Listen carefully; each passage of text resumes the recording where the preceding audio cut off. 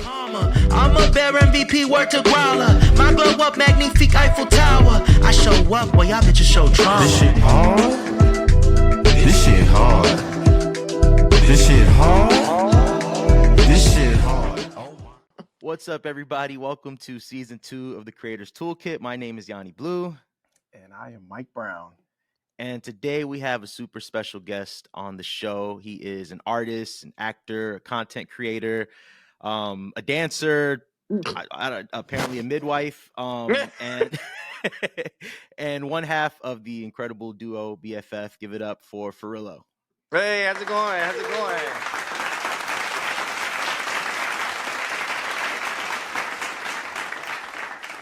I wasn't expecting the claps. I was like, the applause. I didn't know he was going to do that. I like that. That's so cool. Hi. Come on, soundboard. That's yes. fire.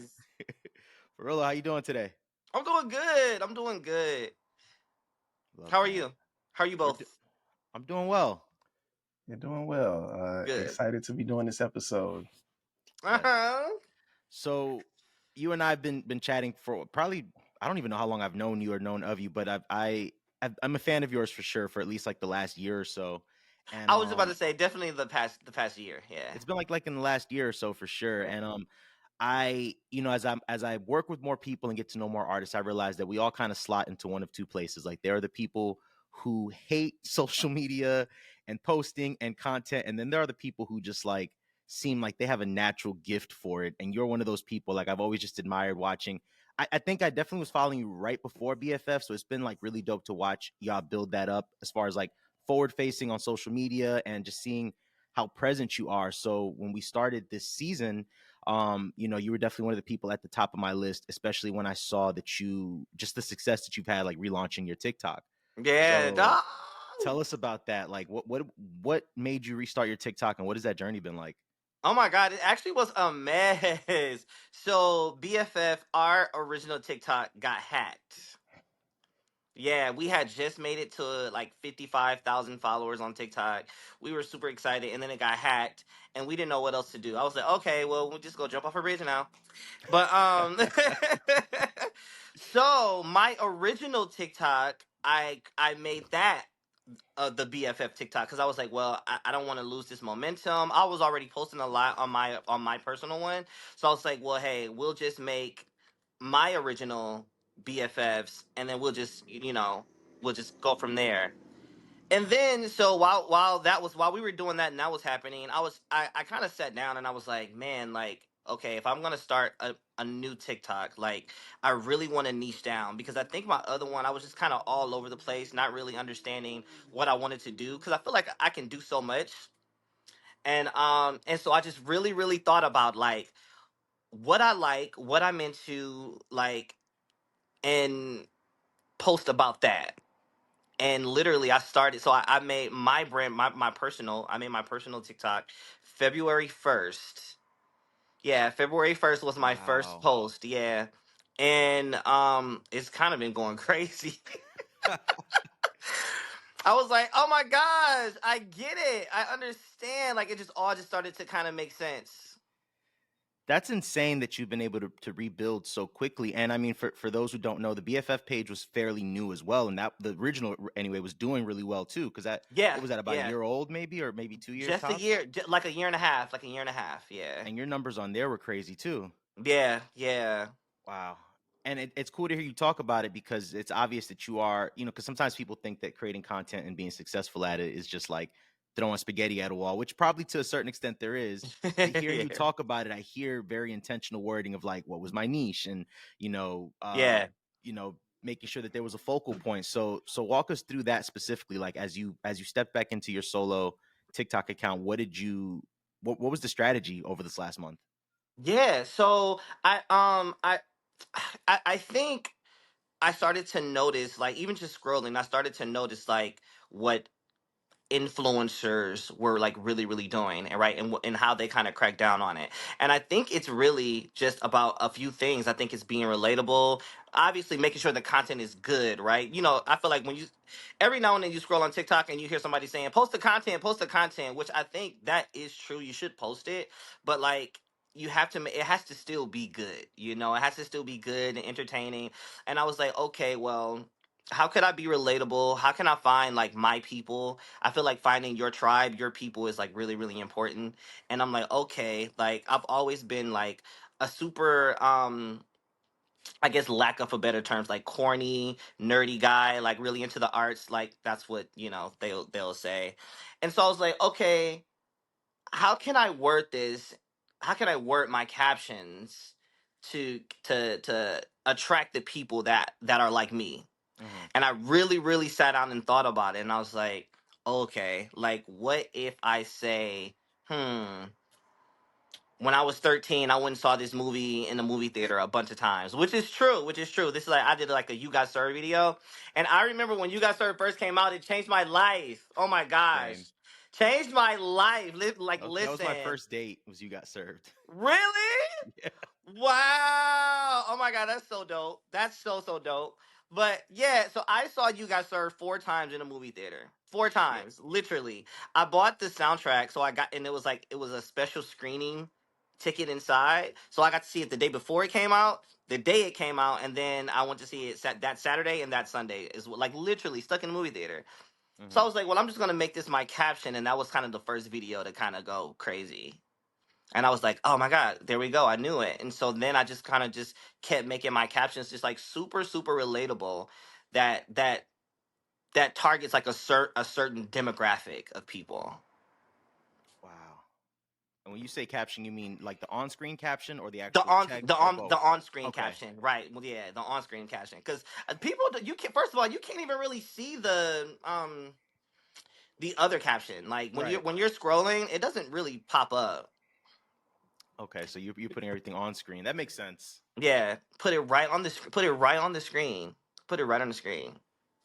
That's genius. I appreciate you mentioning that word demographic because that's what I was going to ask you. Like, how did you decide to choose TikTok as your platform to use? Like, do you feel like your demographic and what is your demographic? Because I think about that with our social media and what we do. Like, how do we choose who to focus on? Beautiful. Just Yeah, yeah. knowing some of the information that we know about our demographic. Well, first I think you have to understand each social media app I think is used for very different specific things, you know. And like me and my friends, we actually classify them as it's very high school, right? I think Instagram are, if we're talking about Mean Girls, the movie, for example, right? I think Instagram are the plastics, right? Instagram is Regina George and Gretchen Wieners, right? Like you have to come a certain type of way on Instagram in order to even crack the algorithm and for people to like it or comment it or people to see it, right? And then I think TikTok is more like the nicest, the coolest people you'll ever meet, right? That in Mean Girls, that was I'm forgetting names right now, but you know what I mean, Yeah. right? You know what I mean? Yeah, yeah, yeah. So Damien. I think once you classify it like that, I think that kind of made it easier for me to choose which one I feel like my people would be. You know, like I was saying earlier, like I think like I feel like my demographic is very I'm 33, right? So very nostalgic 90s babies, right? So that's why if you look at my content, all of my content is kind of geared towards that early 2000s era of what was happening. And Mhm. I think that was probably like one of the best times for like everybody. Like everybody was just having fun around that time. So I think when I was deciding that, I thought about that too. I was like what was fun? Because I feel like I'm a very fun person. I like to laugh. Same thing with my sister Brila. Like even when we did our TikTok, we were like, let's just be us. Like let's just be us. And I feel like we'll find exactly who, or people that we will find, and they will find exactly like who we are. The people that needs to find us, basically. Right. We our first or our second episode that's gonna come out before this one, we interviewed Lottie Day, who I know that you know. You guys are you two are the most busiest people on Twitter. I swear. Nobody's busier Lottie than Day. you, Oh Lottie. yeah, I know Lottie. Yeah, yeah, Yes, y'all the yeah. busiest people on Twitter. And Lottie had she does a lot like all of us, and she talks about finding ways to not so much compartmentalize, but showing up how you need to wherever you need to show up. Like instead of picking a lane, she's like wherever I'm at. If I must need to be a songwriter there, I'll be a songwriter. If I need to be a manager there, so and that's just like in the real world. But when you talk about social media, and I know you talked about picking a niche and stuff like that, and you do so much, do you feel pressure sometimes to lean into one thing than the other? Like, for example, with the TikTok, I know that dance videos go crazy there. Do you feel like you have to focus on dancing, or is there space for your acting work? Is there space for your artist work? Yeah, I used to think like that. I used to like feel like I had to do that, but now I feel like um I'm finding right now I'm in the process of finding a way to combine all three. Mm, Yeah, I'm finding that out now. Like, get like even I post like my acting stuff in between, but even when I'm posting my acting stuff, I kind of still relate it to that niche that I kind of already built. Like, I have a video now that I'm posting today. I haven't posted it yet, but I'm posting today. I did it last night. exclusive. Yeah, I did it last night where like I act out this scene from Cheetah Girls or whatever, you know, Okay. and Which scene is it? I think it's gonna be super super funny. It's the scene where Dorinda and Galleria kind of get into it a little bit about her clothes. Yeah. Yeah. What an instantly quotable ass movie. I was hoping hmm you were gonna do the what's the scene where she's like, you didn't handle it, so now I will. Or I love that scene. Oh my god, I love that scene. I'm gonna do that one too. I'm gonna do that what one too. what a great But movie. yeah, what oh my god, great movie. Yeah. So I'm finding out now that like I feel like there is a way to blend all three. Yeah. Because Strategy. all three does go like hand in hand. Like I remember, like even because like on Disney, that's what they did. On if you were a Disney kid, you act, you sung, and you danced. It Hmm. was no, it was like the Olympics. You know, Yeah. you did all three. You knew if you was gonna be on Disney, you was gonna have a record deal and a TV show. Yeah. And it's cool to hear you talk like that because again, I think for a lot of people, especially people who aren't in favor of creating content or just like don't love it, they don't feel like it comes naturally. What you're communicating as someone who shows up in the world as a content creator is that it's still a job. Like there's still strategy. You know, you've had to in the last year build new accounts, but you're not going at it like just crazy. You're like, oh, I got to be strategic. And even as you're building this new account, you're like, okay, how do I make space for all of my stuff? So it's cool to hear somebody talking that way. And I see you also do something that not a lot of people do, which is you share a lot of your stats, which I think is really cool.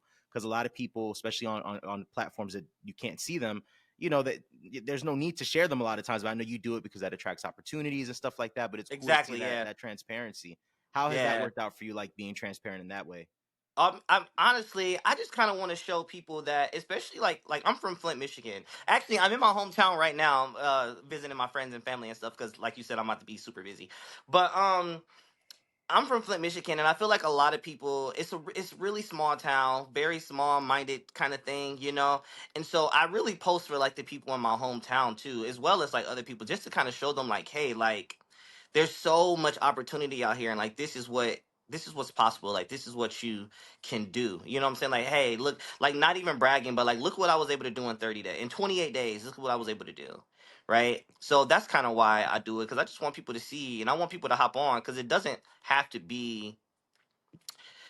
I feel like a lot of people, we're always on our phones anyways. You know what I mean? And so if it's always in our hand, like, why not just kind of use it as a tool to start your business, or, start like jumpstart your career at some, or whatever you want to do. It's super encouraging because I had set out this month. Me and Mike, we do like a merch. We were doing a merch madness, and this year is more of just like a March madness. There's no merch Oh, for okay. me this year, but every year we set a different intention, and there have been years where it's been like content focused, years where it's been merch focused. And this year I've been very intentional about sort of bigger picture and how do I sell everything that I do in the most holistic way. And one of the things that I wanted to do is I wanted to restart my TikTok and restart my Twitter. So literally the day that I saw your post, I was like, oh, I'm doing it, and the Oh, same yeah. day, like I posted the same video to my new TikTok and to my old one, and it was a night and day difference, like literally 100% difference in views. And I was like, oh, like it really is something to just even energetically restarting these accounts, but also from a business standpoint, like seeing sometimes sometimes these audiences, especially for us, like you said, that are in our 30s, some of our audiences are a little dead. Like they like some of these people abandon these accounts. Like Mm-hmm. it's good to restart. So I definitely, when you say you're trying to inspire people, even in Flint, you inspired me because I was just like, shit, you know what? Let me See do that it. that makes me feel so good. I promise. That makes me feel like I'm smiling super hard, because like that's really. I feel like I don't know. Like I feel like for a long time, I feel like even when I was a kid, right? I feel like you grow up with these dreams and goals, and you don't really understand why they're your dreams and goals. You're just like, well, it's something I always wanted to do, so I'm gonna do it. But like as I've gotten older, like I really think like my goal is to like inspire people, but through whatever I'm doing, you know? Hey man, see, Yeah. you talk about finding your people. That's something we talk about a lot. So this definitely feels very very much my people energy. I love hearing Yeah. that. Yes, yes. You're golden cheetah girls. Your first date was you got served. We are here. Look, you see, this is why we've been connected. I love this. I'm glad we're doing this. Yes. So I wanted to know, because like you said, you restarted your social media and you've been Yeah. building it up. I think a lot of creatives don't really understand what growth looks like for them. And I wanted to know, do you have like measurable goals for yourself? And do you feel like measurable goals are valuable in like doing social media? Um, I kind of do and I kind of don't because I do because I do feel like right as we're like giving social media all its praise, sometimes I think having goals can kind of make it feel like work, and I don't want it to feel like work. So I try my best to not necessarily think about goals, but just kind of provide the good content, and then just kind of be like, okay, whatever happens just happens. But I just want to make the content because I genuinely do enjoy making the content. Me and Brila did an interview a couple weeks ago, and they were like, somebody was telling us that they love our content and that we're always on the internet, and I was like, this is what me and Brila was doing before social media existed. We have so many videos on our laptop of like before social media even existed, of us in the basement dancing. We used to pretend, oh my gosh, this is so cringe, but we used to pretend to be on like MTV Cribs. Ah, Like that was like a thing. Like I would just like she'll pop up with the camera, and I'll open the door and I'll be like, "What's up, MTV? Welcome to my crib." And I'll just like show people around like the house. Like literally, that's the type of shit like that we did growing up, or pretending we were on 106 in Park. What? Oh my you've been god! manifesting this. That's L- powerful.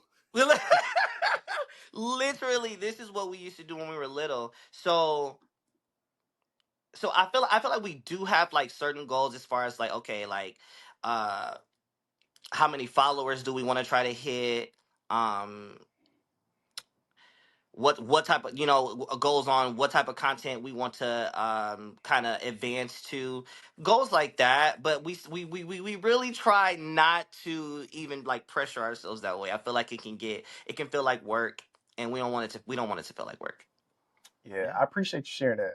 I used to Yeah. do like my own cribs in the dorm room, but yeah, I do feel like those See, measurable we here goals are, too. yeah, I feel like those measurable goals are valuable because, like you said, we have a certain number of followers we want to hit. Yeah. And if you don't hit that in that amount of time, you know that you have to pivot somewhere as opposed to working at that and being angry at yourself for not hitting that. So But not hitting I it. Yeah. appreciate, yeah, I appreciate you sharing that.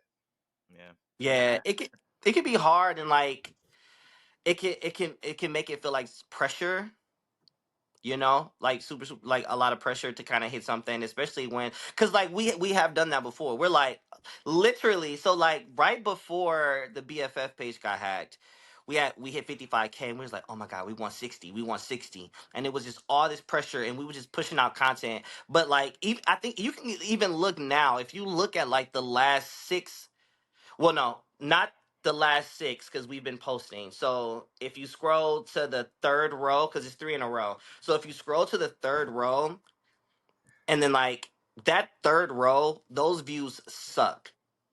Even till this day, because I think we weren't, because at that point we weren't really having fun with it. We were just trying to reach a goal.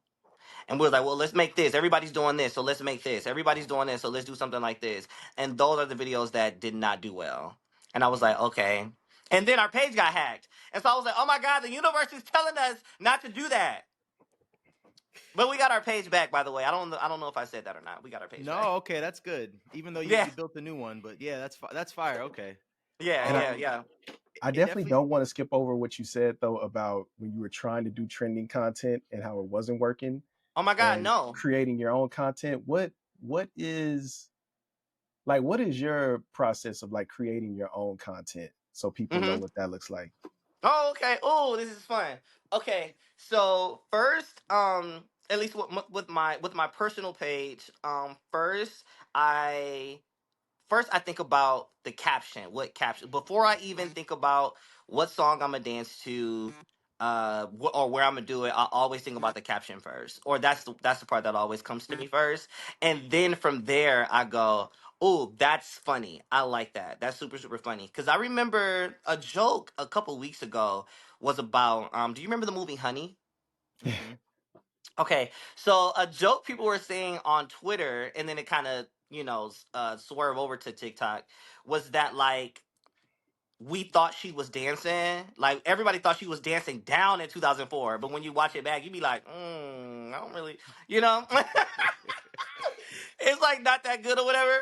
So I was like, oh, I could do like we really thought we was gonna be Honey Daniels in the club or whatever, and she does like this move on the floor in like the beginning of the movie, like this, I don't even know what to call it, but it's like this little dance move on the floor. So I was like, I'm gonna do that, and so I did that one. That one went crazy too. But yeah, so That's I always start with the hilarious. caption first, and then think of what video I'm gonna apply, what dance I'm gonna apply the caption to, and then I usually always do it in front of the TV because I want people to see that like I can learn dances. So that's why I do it in front of the TV. Cause I also think that's a cool dynamic too. If people see me dancing right next to the TV, and then he's like, "Oh wait, he's doing exactly what they're doing on the TV." So So is the process of creating the content a part of the content?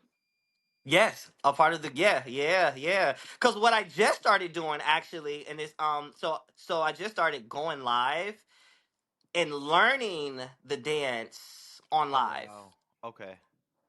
So I just started that, yeah. So I learned the dance on live, have people watch me learn it, and then I get off after I get it, I get off live, and then I post, do the record the content and then post it. That's fire. Yeah. Yeah, thank you. Nothing goes to waste like that. Yeah, you get content out of all of it. That's brilliant. Yeah. Talking about bad dancing, you got me rethinking about Save the Last Dance and how Oh terrible that my was. gosh. Okay, so I have I have that in my drafts too. I Yes, haven't I have to posted it see yet that. because that one I don't have a caption for yet. Oh I did it wow, like okay. 4 days ago. So that one I didn't do a caption. Somebody commented and was like, "You should do Save the Last Dance," and so I just recorded it. But I'm like, damn, I don't have a funny caption. So I'm trying to figure it out. I hope that people take away from this, like, you definitely you have, you're blessed that you actually really care about it. And I think more people care about it than not. I think sometimes people get intimidated by creating content, but I think a lot of people care. But That's really it's a what I think so yeah. too. I think people really actually do care about it. I do think it is intimidating, especially like when you feel like you're posting and you're once again, trying to measure those goals, right? And then you post, you have this expectation of, oh, you post something and it's just gonna go crazy, and then it doesn't, and now your feelings is hurt. You But know you're what I but you mean? but you're passionate, like, and I mean you're strategic as well and passionate. I think that's something that I hope people take away from it is like, yes, you really enjoy it, you're good at it, but you're also, as you're talking, you're dropping little gems of like the caption for, I don't have the caption yet. What is my, you like, you're very intentional, and I hope more people take that away, because that's really what it boils down to. Is just like, at the end of the day, you're having fun first and Yeah. foremost, and then from Mm-hmm. there you're also creating space for yourself to learn. And I can tell that you are paying attention to the numbers, even if they're not like in the forefront of your mind, or at least not anymore. Like, it seems like you've created a healthy balance of like pushing those to the back, make the video I like, check the Yeah. numbers later, and then adjust. Check the numbers later. Yeah. Yeah, cause I feel like if you're creating the content you enjoy that you really really like, then once again you're gonna the people are gonna find it. The people you want to find it are going to find it. If you go through the comments in my videos, it's so funny. Like literally, mostly all the comments are, "Oh my God, did we live the same life? Did we all live the same life?" Because I know I couldn't been the only motherfucker in my living room dancing, watching 106 in Park. I know I Right. can't be the only one, Yeah. right? So I think that's so cool. So yeah. What do you think makes an engaging post? Because, like you said, having people comment, like, what do you think is something that inspires people to comment? Yeah. I really think hitting people where I feel like it can be funny, it can be heartfelt. I think my content is like I think my content is really wholesome and it makes people feel good. And I think anytime someone is watching something and it makes them smile or it makes them remember something, right? It unlocks a memory, um, makes them laugh. I feel like or makes them horny, right? If for the OF creators, right? You know, I feel like those are the things that make people comment. That's real. Yeah. Yeah, I really do. I feel like nostalgia works. I mean, like even in music, they always say like two things work really well in music: sex and nostalgia. Mm-hmm. Like those are the two top. Those are like the two topics that always kind of um works for whatever you're doing. And I think content creators, it kind of works the same way. You know, I think nostalgia and something, eye catching, right?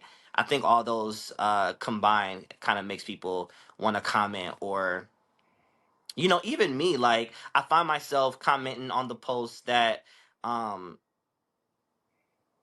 kind of like touches me in some type of way. You know what I mean? I'm like, oh, this is really funny because my cousin did something like this at one point in time.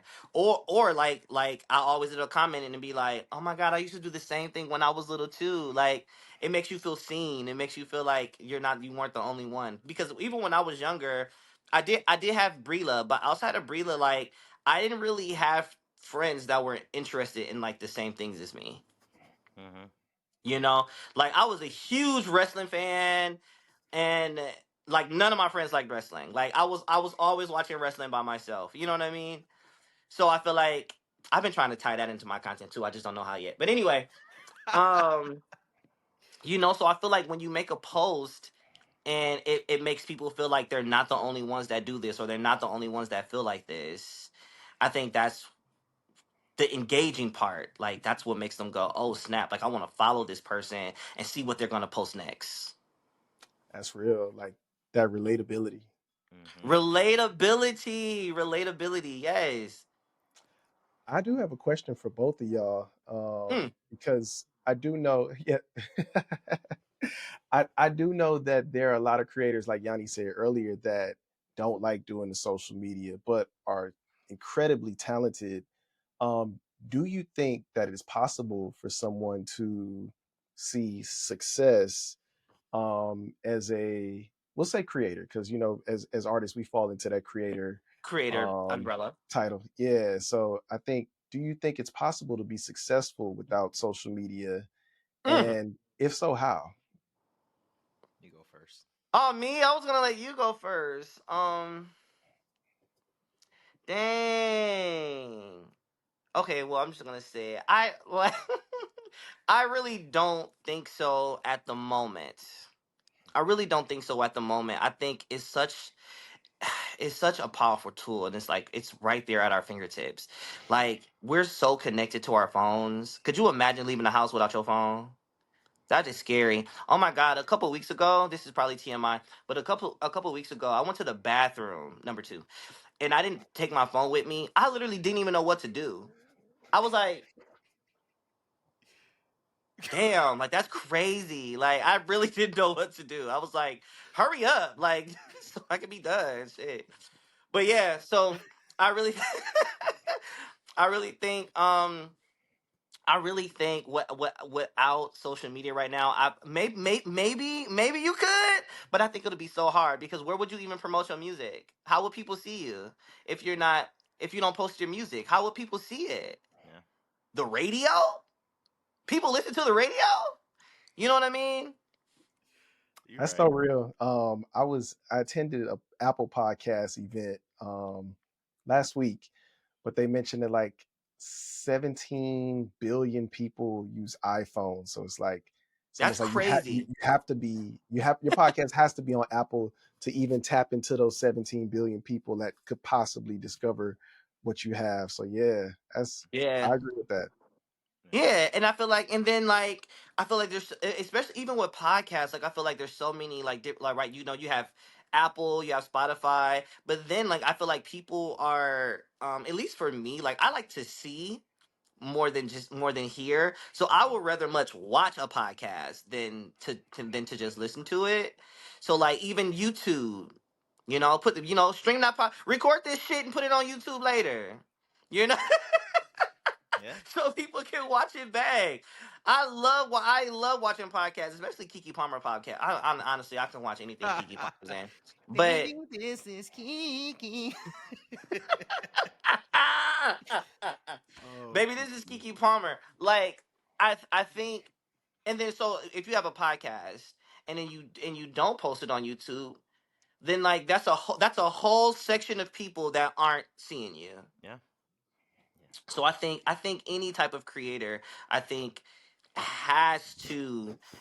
even Beyonce still use social media, and I always use her as an example. My sis may not do interviews no more, but she gon' post on Instagram. That's the only Yeah. way. Like, how else do you get people to know? Like she's going on tour, and if she didn't post it on Instagram, how else would we know? Yeah. Besides the Super Bowl. Well, she didn't even announce it then. So yeah, see? No, you're right. Yeah, I think it would be virtually impossible. I won't say completely impossible. I'm very much a believer of if you really want to do something a certain way and it brings you joy, figure it out. Like, I know that the social media landscapes, all of them can be very healthy and very detrimental to certain people. So it's like, if it feels like it's not pouring into you, then of course, like pivot, go somewhere else. But I definitely, I mean, just speaking for myself and what I do, I do appreciate the range and the reach the social media gives me. But yeah, I wouldn't know how to advise somebody who wants to go about a creative career without social media. But again, if it's healthier for them, I would definitely encourage them to do it. But I wouldn't know how the hell to do it personally. Yeah, right. I don't know. Right. I wouldn't know how to do. I wouldn't know how to do it either. I wouldn't. I feel like it's the easiest and fastest way to reach um the people you could potentially reach. Right now, I'm actually helping my other best friend. I have a lot of best friends only because one, I love black women, like you know what I mean, Same. and then two, like I'm just I like having people around, so I have quite a few friends. But one of my best friends that I used to live with, she's like she's like, okay, like I'm ready to start my social media journey. She is not a social media girl. It's never been her thing. But she's like, she's ready. So I just been helping her and like trying to convince her that I'm like, yo, like I'm like, there's a whole section of people that I think one, she's super beautiful. She's a plus size girly, but like face card don't not decline, okay? Like she's gorgeous. And I'm like, girl, I tell her all the time, I getting her all the time. I'm like, girl, like you on social media, you're a baddie. Like you are a baddie. Like you could be all you gotta do is do your make sit there on your phone and do your makeup and talk because she's so funny too. Mm. So I've been helping her with some content and it's so good. It's so good. I can't wait till she start posting. We got a bunch of stuff in our drafts, so That's dope. It definitely sounds like you are a super source for content and somebody who really enjoys it and understands it across the board. So I'm excited to see you tap in and help other people build. And actually on that note, I did want to ask you, um, just zooming out as far as social media, talking about BFF and how you sort of built that, how you and Bree built that group in under a year. Like just seeing yeah. how intentional you are with social media. Tell me about some of the intentionality that went into basically branding yourself as a group and growing it in the way that you did in such a short amount of time. Like what was the goal coming into it, and how has that been? Oh man, oh man, oh man, oh man. So, me and Brie have been knowing each other for a really, really long time. Like that's my sister. That's why I'll be like, this is my sister. Um, so we've always worked together. And when we decided to become a group, it did kind of take us a minute because we was like, okay, like we know what we sound like separate, but like what do we sound like as a group? What is our image as a group or whatever? And we just took all of the things that we enjoy and kind of compacted into us, right? Like we love the 90s, we love the early 2000s. I feel like me and her together, our vibe is so fun. We're always laughing, very colorful personalities. So I think it's going into the group that made it easier for us to create the kind of music we know we wanted to create, the type of content we know we wanted to make. You know, we wanted our content to be kind of just like mine, but like it's amplified because it's both of us. Mm-hmm. But just very relatable, very fun, funny, really just really positive, good energy type vibes. Because also I don't think a lot of people are doing that, man. Like I really think that a lot of the internet is a lot of negative, like a lot of negative type of energy, you know what I mean? And I feel like not a lot of people are just bringing like super fun, funny content. Yeah. That's why we're always singing songs and playing around and stuff. That's why like a lot of people don't like pranks, but we don't do pranks. But I understand pranks because it's just like, okay, let's just not be so serious. You know what I mean? Like Right. I kind of enjoy watching people prank each other and stuff because I'm being like I think it's just fresh and enjoyable to watch. It makes it more fun.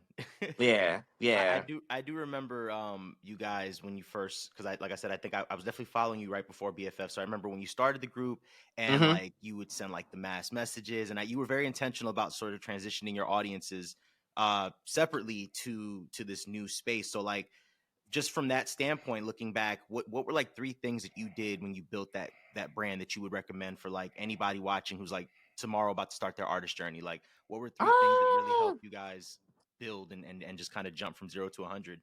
Oh wow, three things that we did. Okay. I would say the three things that we did I think is knowing what you want to say, like really figure out your point of view. Your point of view, um understanding understanding your brand. I feel like it's really smart to start off with because I feel like if you understand your brand, that lets you know who who you want to talk to. You know what I mean? Who are you speaking to when you say things or when you write songs or when you post your content? Who are you speaking to, right? And I think we figured that out. We figured that out really early. And I think the third thing that we did what is the third thing that we did? Having a point of view, knowing the brand, and posting the content. Mm-hmm. Yeah. Once again, post the content. Post the content because if you're not posting, then nobody's gonna be able to find you. And you're not, you guys aren't afraid to hit people up because like I said, I remember getting the DMs and stuff, but also I see you on Twitter like actively hitting up like playlist people and curators and stuff like that. How has that Oh worked my for you? gosh. Yeah. I feel like in the beginning it worked really well. But I think we actually pulled back from that because we kind of wanted to just kind of let our music speak for itself. And I think that has actually worked way more Mm-hmm. of kind of taking like pulling back from hitting people up so much, you know. I do think it works sometimes, but honestly, I would say like pulling back and just kind of letting our music speak for itself. I really think that worked even more better. Yeah. Nice. Were y'all hitting people up directly, or were y'all using like an automated? No, we were hitting people up directly. Wow, Literally. Yeah. that's Directly. Like, "Hey, this us," you know? I remember I used to like I said, I didn't really know you at the time, but I remember getting the DMs and I was just like, this is dope, but also like we talk about again things that you see other people do that you're like, I don't know if I'd be good at that. Like I remember trying like the DM campaigns and just it would feel so cringe for me because like people wouldn't respond or like so when I saw you guys do it, I'm like, shout out to them because that is could be soul crushing sometimes. People are just Oh like, my God! stop Is that messaging me. once again going back to like having those measurable goals of what you think is going to happen and it doesn't happen? You know, we were like, okay, let's pull back from that and let's just focus on like the art and then post that. And I think I really think that changed everything when we start to put a little bit more into the art, into the way things looked, been more intentional about our aesthetic and our brand and stuff like that. And then I think it just kind of gradually just found its people. It found who it was supposed to find. Mm, Yeah. I love that. Yeah. Like oh my gosh, I love you and Amir's everything. Thank you. Like I just love it so much, like so much. I feel like our groups are cousins. Our groups are cousins. Yes, on our mama's side, Yeah, like we definitely because have you the know you're same aunties closer and to the cousins uncles. on your mama's side. Yeah.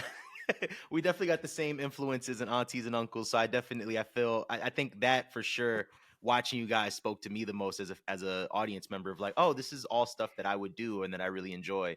But it definitely felt very unique to you guys and where you're from. And like, yeah, so yeah, we Yes. definitely we have to do a group song at some point Yes. Oh my God! Please, please, and please, do a please. joint Yes. tour.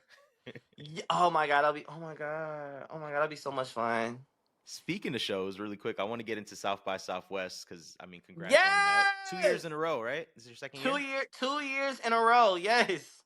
I want to talk about one thing I see you guys doing again that I love. There's definitely so much transparency in what you do. The crowd funding that you do to help you guys get there. I think sometimes artists, especially artists like us, who everything looks, your stuff looks and sounds polished, like it's high quality, but Oh, you're still thank you. transparent and letting people know, like, I need some money. Like, Yeah, we are broke. Oh my right. gosh. Oh my gosh, we are so broke. We do not make no money. No money. No. Yeah, yeah. Especially for something like South by Southwest, Southwest. It's such a big deal. It's such a big deal, and it's so expensive. I don't think a lot of people know this, but you don't get paid for South by Southwest. Mm, When okay. when they book you, you don't get paid. Um, Just showing up with a hope and a prayer. you're showing up hoping to, because I mean there's so much you'll be able to have access to, because you do get a badge, so you do get to go on all these different events and talk to all these different people. Last year we went to a Grammy party. Mm, that's fire. Oh, it was so nice. Oh, it was so nice.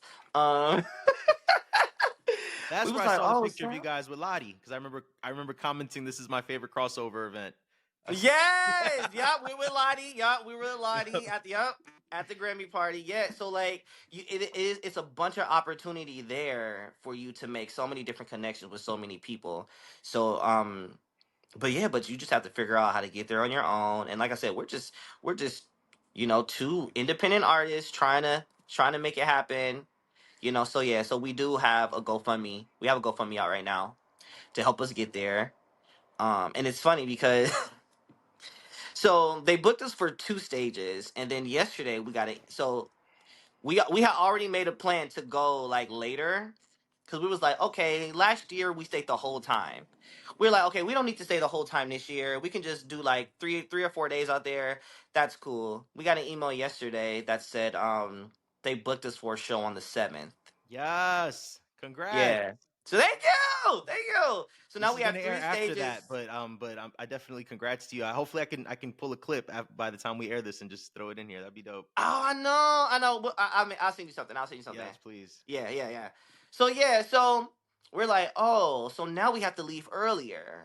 Hmm. So we're just trying, man, the independent life and that Love it. independent thug life. Right. Any advice or any experience that you've had in crowdfunding that you'd want to share just now because I know you guys did some funding last year. Just you want to share We- for independent artists trying to Oh my gosh, start where yes, they're at. yes. Don't be afraid to ask your cousins and people that you know.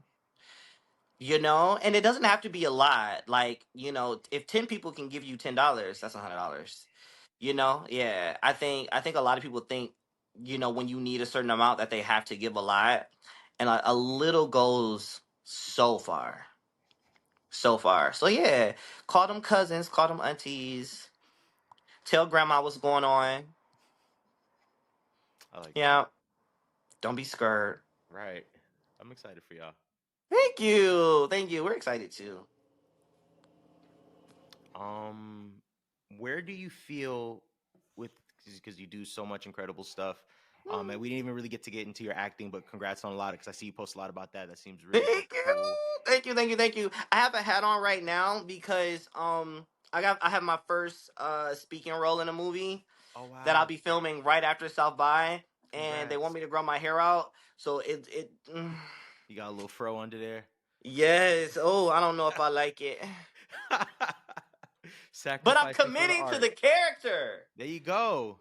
Well, that's what I was Yeah. going to ask you. I was going to ask with everything that you do.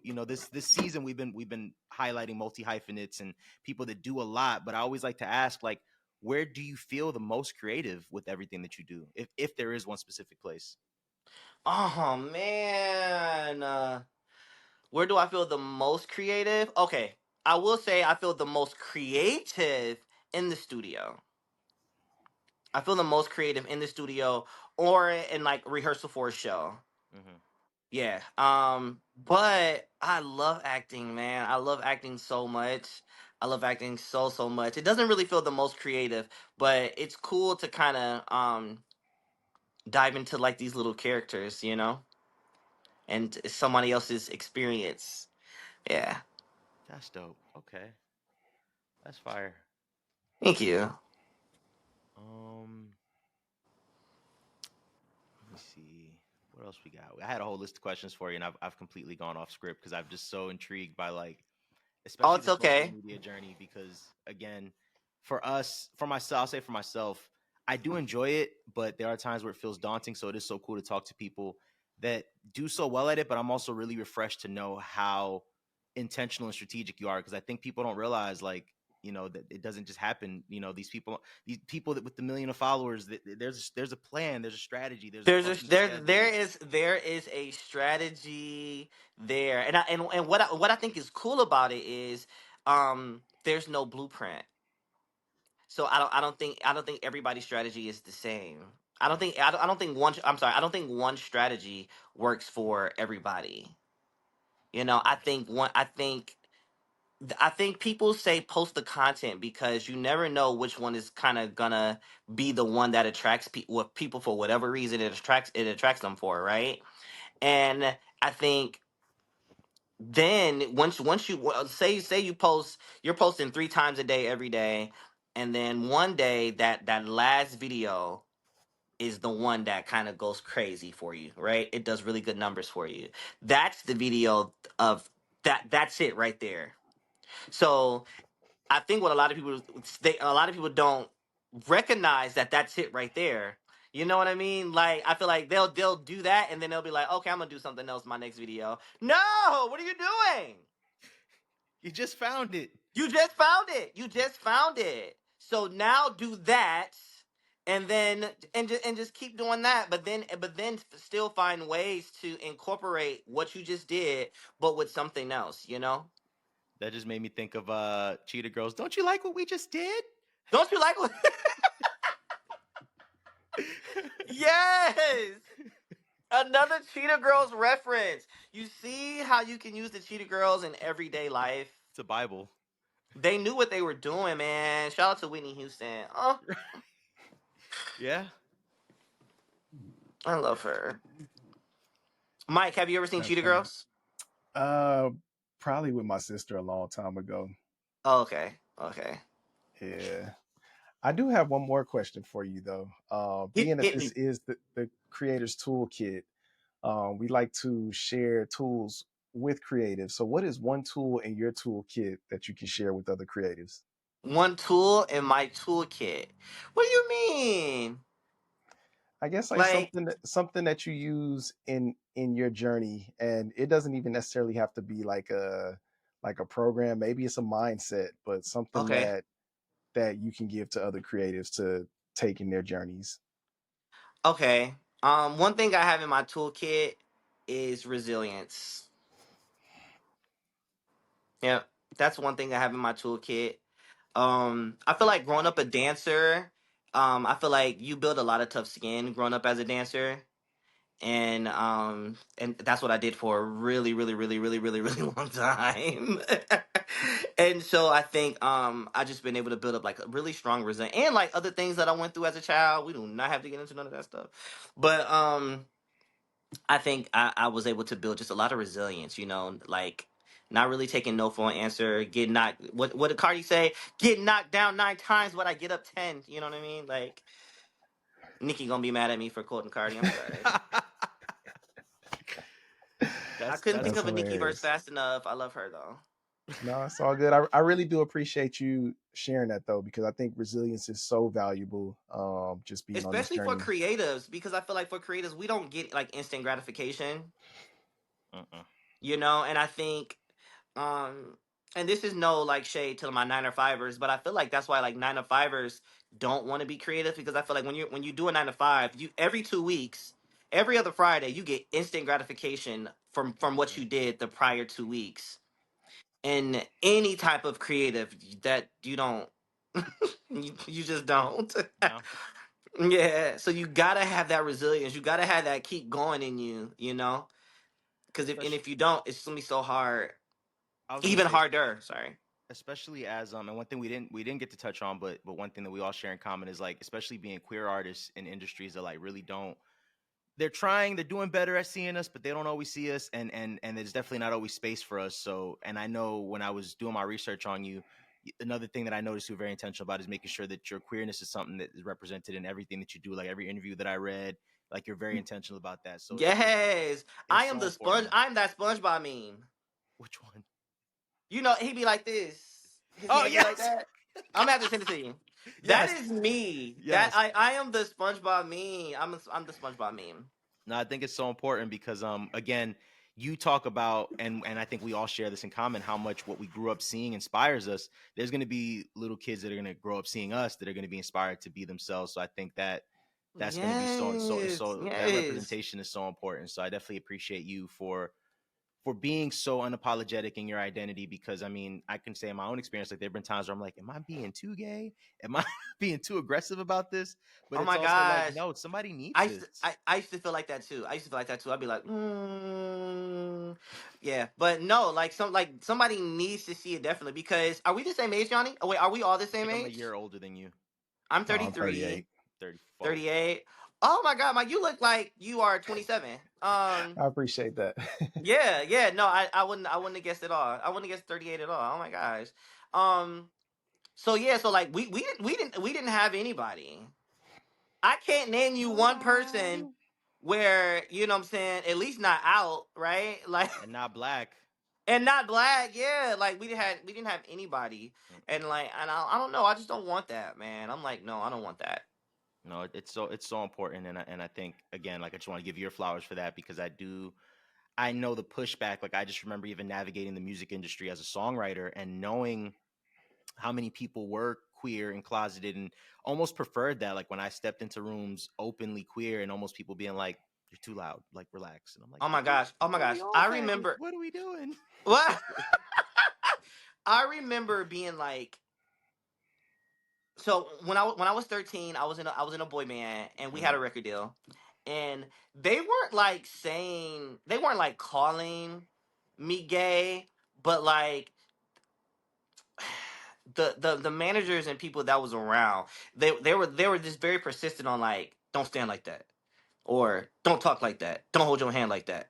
You know what I mean? Just Yeah. very much. And then even after that, like, not even being out, like I wasn't out at 16 or 17.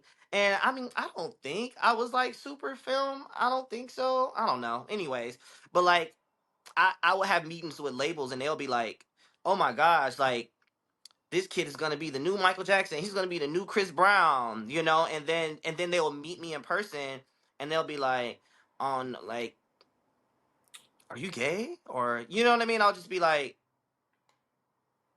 I'm 16, nigga. I ain't nothing. You know what I mean? Like I was 16 at the time. Like I don't know. It was just kind of weird. But yeah. Man. So I think those experiences, um, I was just kind of like, okay, well, if I'm gonna be independent and have to do it my way, then I'm just gonna be myself and do it my way, and I'm gonna talk about boys, and I'm gonna do this, and yeah. So yeah.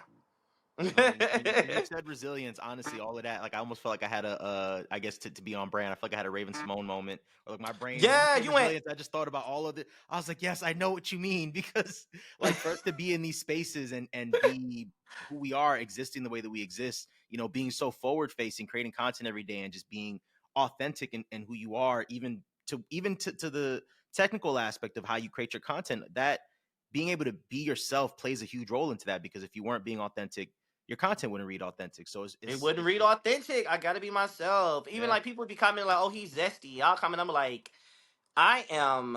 What's past zesty? I am lemon pepper. lemon pepper, baby. Okay. I am Chipotle Ranch. Yeah. All right. Way past zesty, and I'm okay with that. I'm fine with that. Mm-hmm. I love it. Yeah. I appreciate you so much. This is again going to air after South by, so I'm going to go ahead and say that you already had an incredible 3 shows. Yeah. And yeah, let the people know where they can follow you, where they can follow BFF. Yes. Okay. So you can follow me, everybody, at Furillo Franklin. My name is spelled Furillo, and then Franklin is just the regular way. And then you can follow me and my sister if you want to be on our journey. You can follow us at This Is BFF. Is spelled with a Z because we are ghetto. Okay. Period. And we have to definitely do a follow up with BFF and Dream Big. Oh, we have to do, please, yes. a group thing. But I definitely appreciate you for being on with us today. You are super inspiring, and keep doing what you're doing. And you are. I knew that you were good at what you did before this, but to know that you are like a master of content creation, like people need to put some respect on your name. Like you Thank you so much. Yeah, thank you really so do. much. So yeah, shout out to you, and yeah, thank you for being on the show. This shit hard. This shit hard. This shit hard. This shit hard. This shit hard. This shit hard. This shit hard. This shit hard. Oh my god. This shit harder than a diamond in the Sierra.